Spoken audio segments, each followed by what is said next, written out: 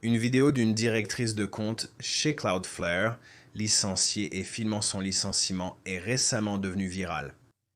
Cette vidéo m'a été signalée par l'un de mes auditeurs qui m'a contacté pour me dire que je devrais la regarder. Donc j'apprécie que vous ayez pris le temps de m'envoyer cette vidéo. En regardant cette vidéo, j'ai l'impression désagréable que cela me semble très familier. Et cela résume un peu l'expérience des gens face au licenciement et en particulier des entreprises qui ne semblent pas pouvoir les gérer de manière appropriée. Donc, si vous ne l'avez pas vu, essentiellement, ce responsable de compte, qui est une nouvelle recrue relative, née dans l'entreprise que depuis quelques mois, se retrouve convoqué à une réunion inattendue. Toutefois, ses collègues ont aussi été conviés à des réunions semblables. Elle savait donc à quoi s'attendre. Elle a finalement appuyé sur le bouton d'enregistrement pour que nous puissions suivre. Concentrons-nous sur leurs propos. Attention, cela risque d'en heurter certains, en particulier au vu de vos sentiments ou opinions envers les ressources humaines en général. Et leur inquiétude semble justifiée après avoir vu ce film. Alors, jetons un rapide coup d'œil à ce qui a été exactement dit lors de la réunion et décomposons le jeu par jeu. Donc, si vous êtes sur TikTok, vous voudrez peut-être consulter directement le compte. Son nom est Brittany Peach et c'est Brittany avec un A et puis Peach avec 3 H à la fin, donc à Brittany Peach sur TikTok. Donc, le point de vue, est-ce que vous êtes sur le point d'être licencié? Donc, elle a en quelque sorte eu vent de cela et essentiellement, ce qui s'est passé ici est de ses collègues ont reçu des invitations aléatoires de 15 minutes toute la journée. Son équipe au complet est convoquée à ces réunions bizarres. Si vous avez déjà été licencié, vous connaissez probablement bien cette situation. L'invitation surprise à un rendez-vous apparaissant sur votre bureau, vous n'êtes pas sûr de ce que cela signifie, et si c'est inattendu et hors de l'ordinaire, bien sûr, je pense que nous avons tous probablement appris à attendre le pire. Et dans son cas, c'est ce qui se passe. Elle sait donc que cela se passe, appuie sur le bouton d'enregistrement et voici ce qui s'ensuit. Vous pouvez les entendre composer. Soudain, quelqu'un apparaît. Salut Brittany, je suis vraiment désolée, je m'appelle Rosie, je viens de rejoindre l'appel. Enchantée de te rencontrer, je fais partie de l'équipe des ressources humaines. Et que vous n'avez jamais, surtout si vous n'avez jamais interagi avec eux, et que vous ne vous attendez pas à ce qu'ils soient là, vous pouvez pratiquement vous attendre à ce que votre poste soit supprimé. Je ne pense pas avoir jamais été sur un appel avec une personne des ressources humaines où ce n'était pas le cas. Elle dit qu'elle avait appris juste avant qu'elle avait environ 10 minutes pour se composer avant que ce soit son tour parce que son collègue, juste avant, elle venait de vivre un appel similaire. Donc, il passe littéralement d'une personne à l'autre. C'est plutôt impitoyable à cet égard. La seule chose que je dirais cependant qui est positive, si vous pouvez l'appeler ainsi, c'est qu'au moins ils font ces face-à-face et non pas le vous découvrez que vous êtes licencié par un email de masse ou par un message Slack à un groupe entier, où vous savez vous essayez de vous connecter à votre compte ou vous savez aller au bâtiment et passer votre badge et vous ne pouvez pas entrer.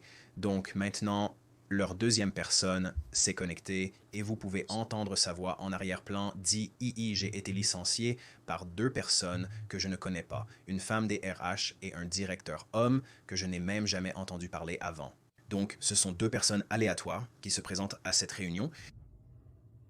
Merci d'avoir rencontré moi et Rosie. Nous avons eu une réunion importante aujourd'hui. Nous avons fini les évaluations de performance de 2023.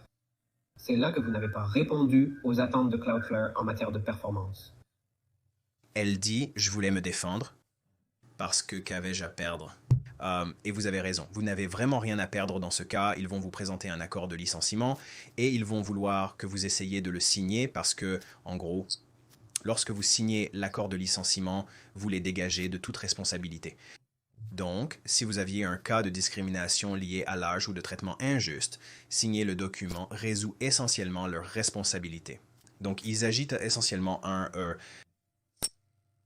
c'est comme s'ils vous incitaient à le faire, mais ils vous font renoncer à vos droits.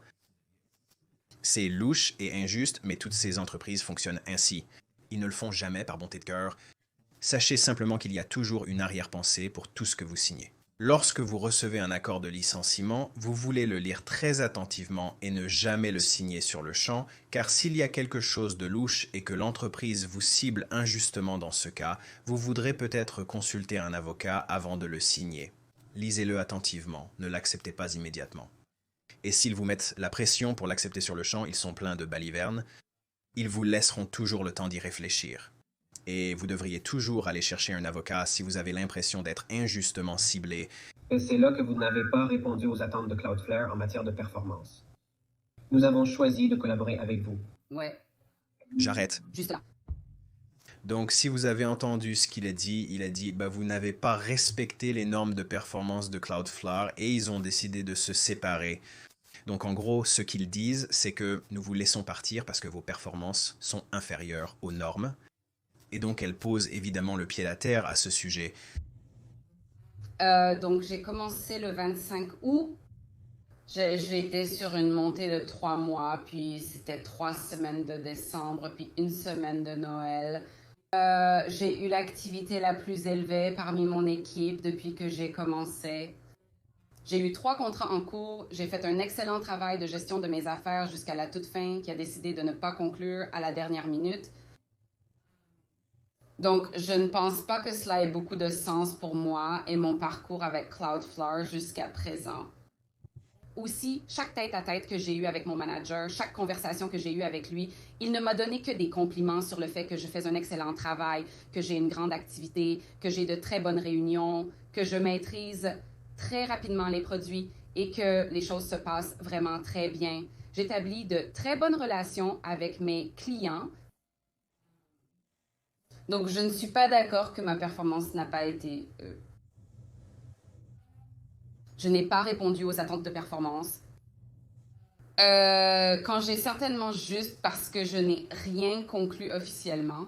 D'accord, donc il y a un peu à déballer ici. Donc elle vient essentiellement de terminer une montée en puissance de 3 mois.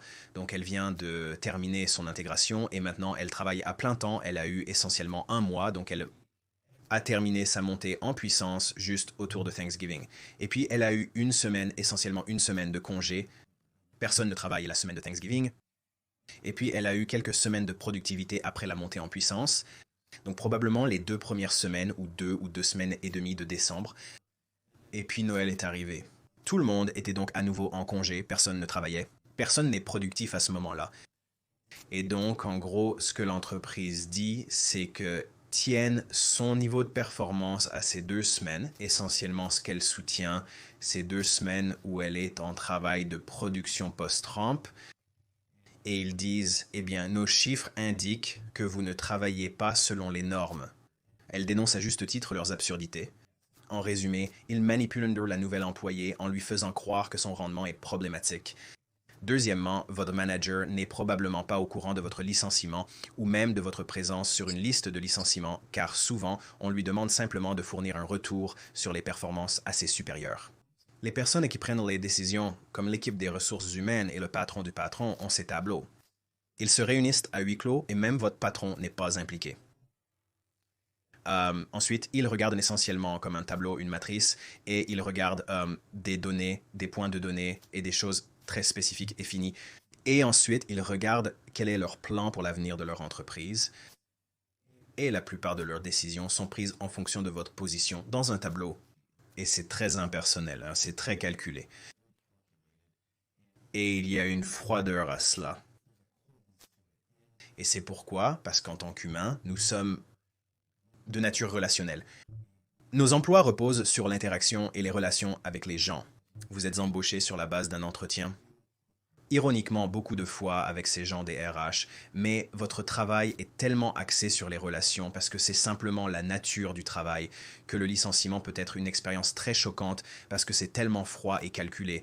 Et c'est comme si, 1 minute, on vous disait que vous faites un excellent travail et que l'équipe est là, nous sommes tous une famille, toutes ces sortes de choses clichés un peu écœurantes dont nous parlons sur cette chaîne.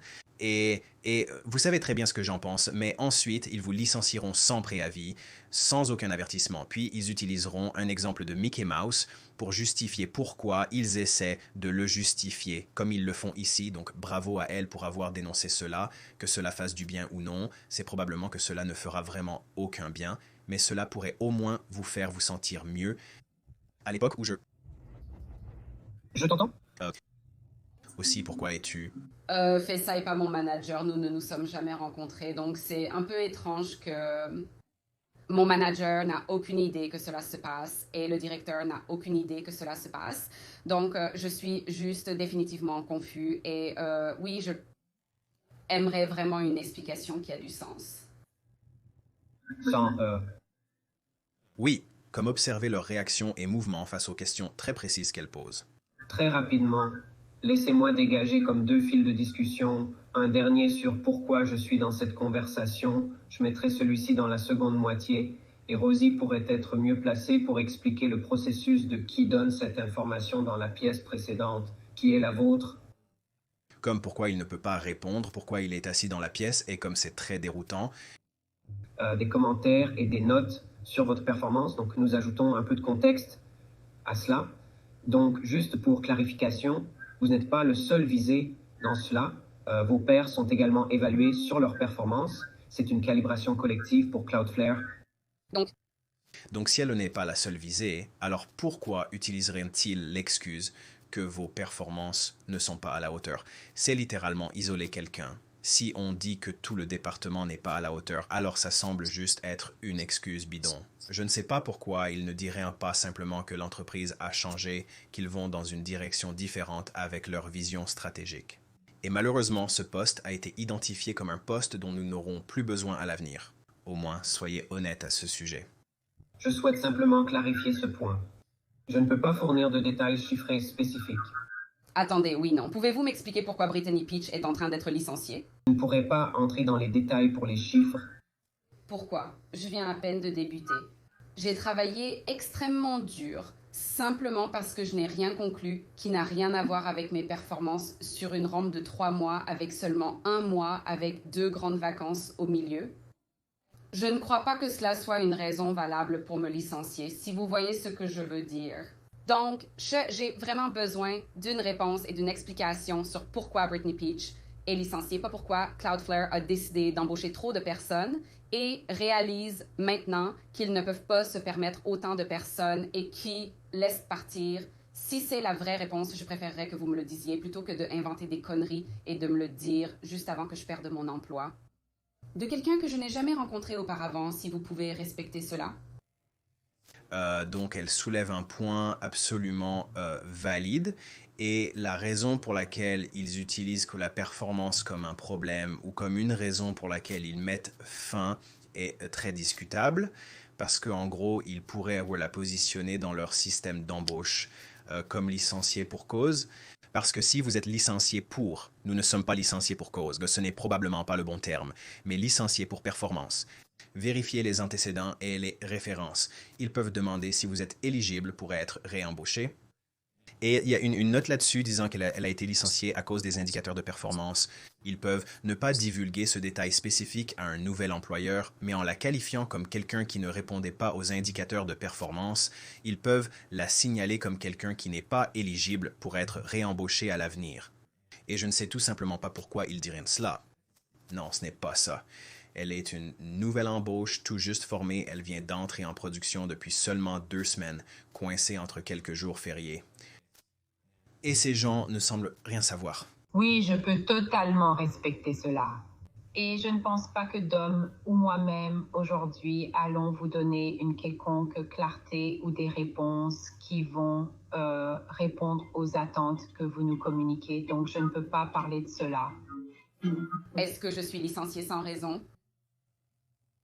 Si vous ne pouvez pas me donner de raison, oui, vous l'êtes. Je suis prête à vous contacter séparément pour vous donner les données qui ont été calibrées. J'ai besoin de parler spécifiquement avec la direction des revenus pour voir si nous pouvons obtenir cela pour vous. Pouvez-vous me le partager maintenant? Je ne pourrai pas partager cela avec vous maintenant. Maintenant.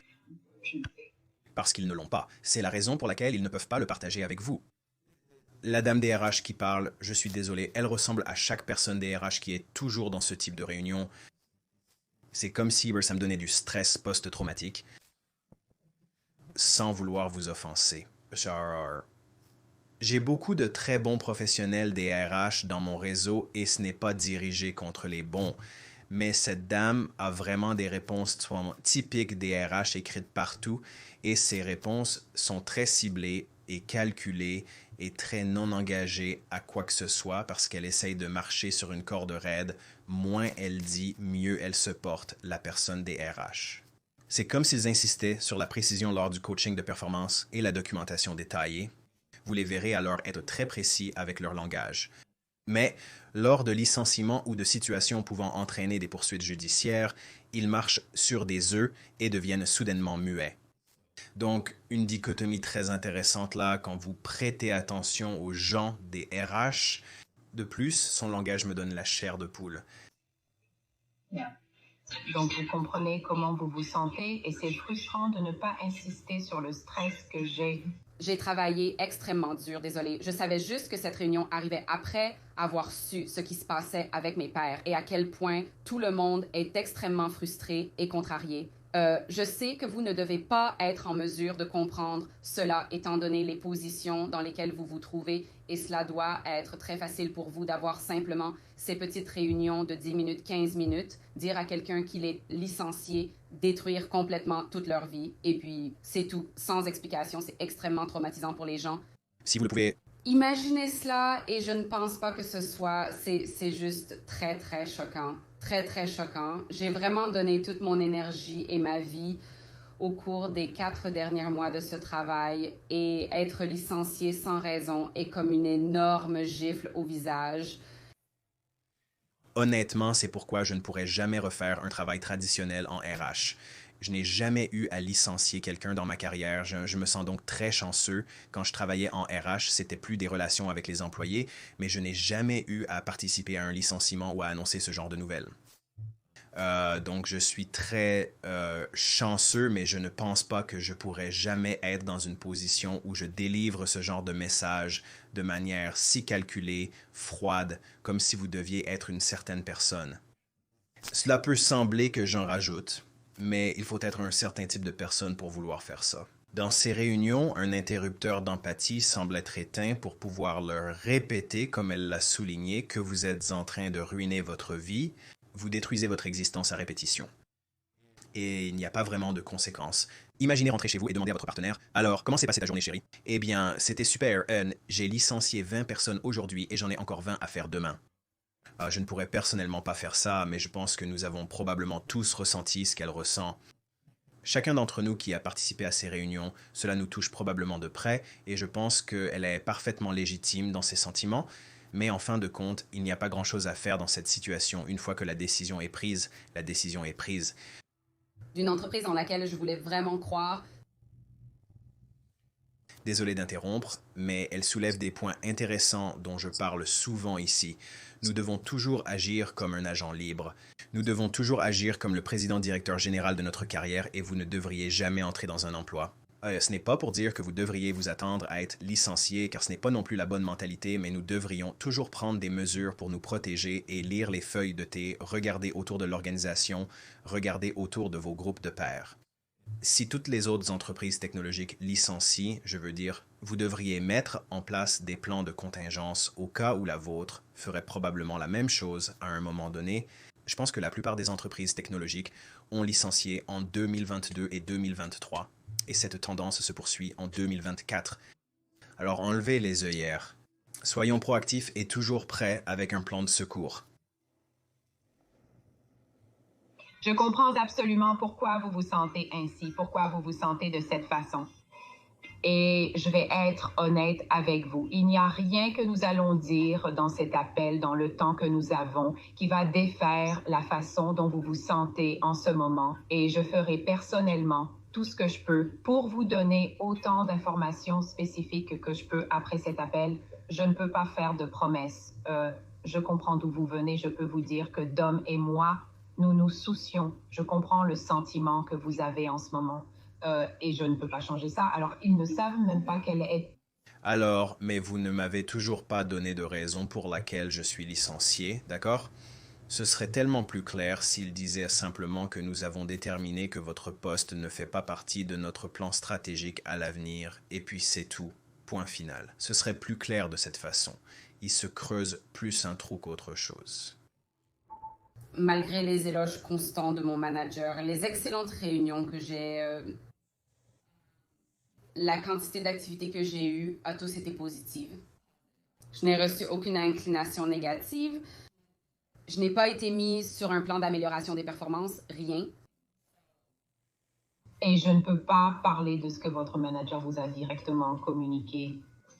Mais cela devrait être l'indication de performance basée sur votre réalisation et les indicateurs principaux de données. C'est la raison. Je ne suis ici que depuis 1 mois après le démarrage. Et c'était pendant des vacances, donc je ne comprends pas ce que sont ces indicateurs de performance, ou est-ce juste comme un terme vague à donner à tout le monde à qui vous parlez aujourd'hui? Je dirais que les indicateurs et mesures de performance sont bien, mais nous ne pouvons pas entrer dans les détails.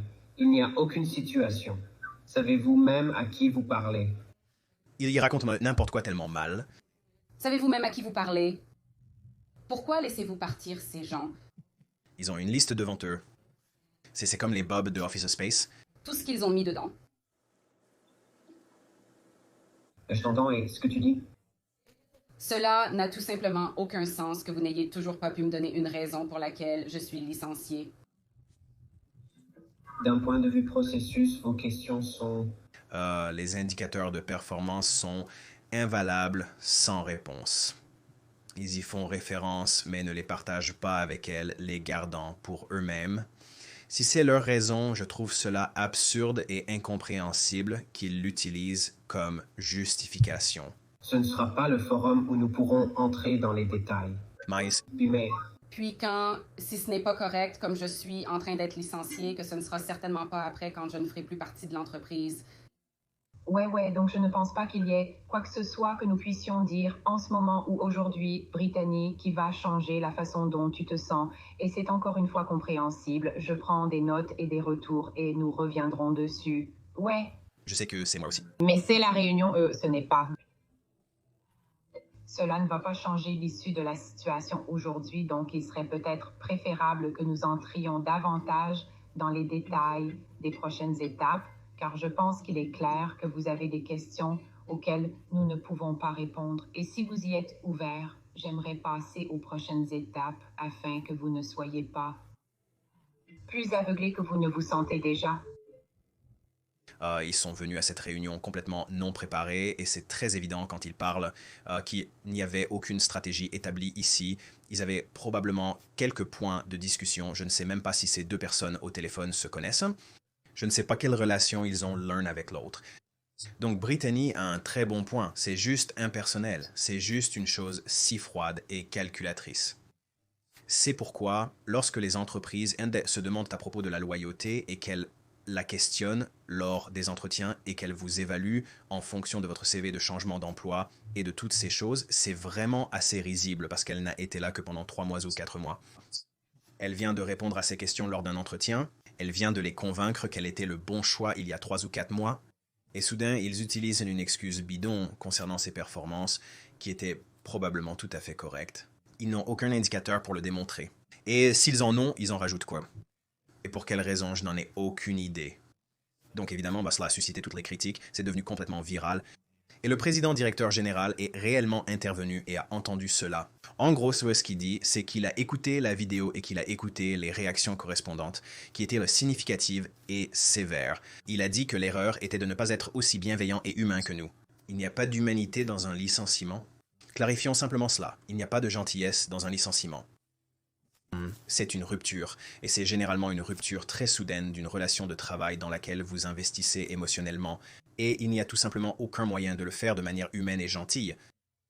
Mais en réponse au contre-coup, il a admis qu'il trouvait la vidéo virale très douloureuse à regarder, mais n'a rien fait à ce sujet. Donc le même résultat s'est produit. Cette semaine, nous écouterons et apprendrons. Ces entreprises, ils peuvent faire ces choses. Ils peuvent embaucher de manière incorrecte. Ils peuvent surestimer.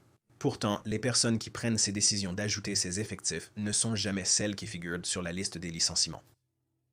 Selon moi, si vous examinez les indicateurs de performance, ils devraient être en tête de liste.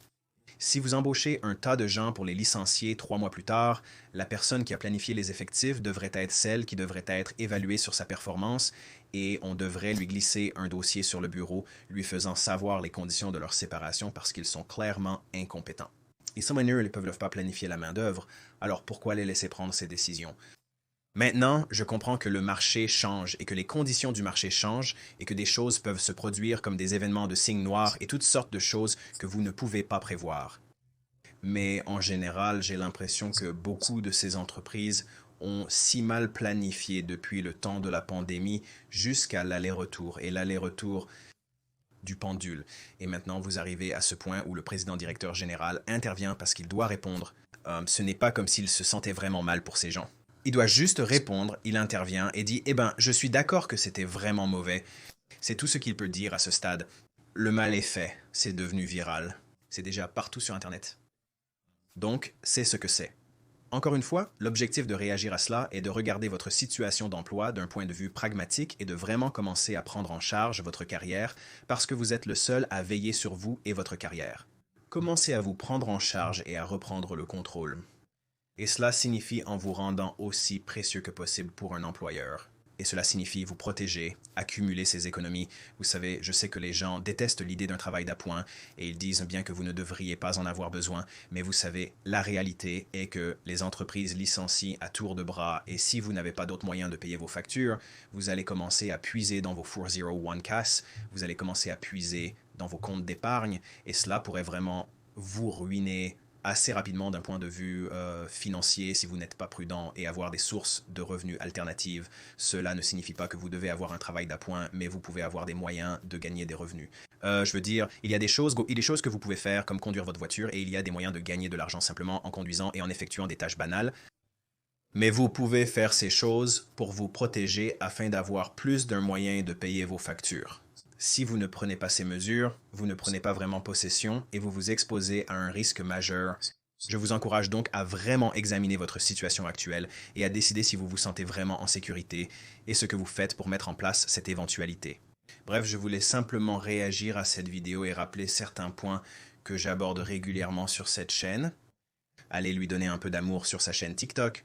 Elle aurait probablement besoin de soutien et cela pourrait devenir un bon petit boulot d'appoint pour elle. Et si vous êtes quelqu'un chez Cloudflare ou l'une des autres entreprises qui a récemment licencié et que vous avez besoin d'un soutien supplémentaire pour vous remettre sur pied le plus rapidement possible, c'est quelque chose dans lequel je suis spécialisé. Je possède un site web nommé alifafterlayoff.com que je vous invite à visiter. Il y a une tonne de ressources là-bas sur comment se remettre sur pied le plus rapidement possible après une perturbation de vos revenus. Visitez alifafterlayoff.com. Quoi qu'il en soit, j'apprécie que vous regardiez. On se voit à la prochaine.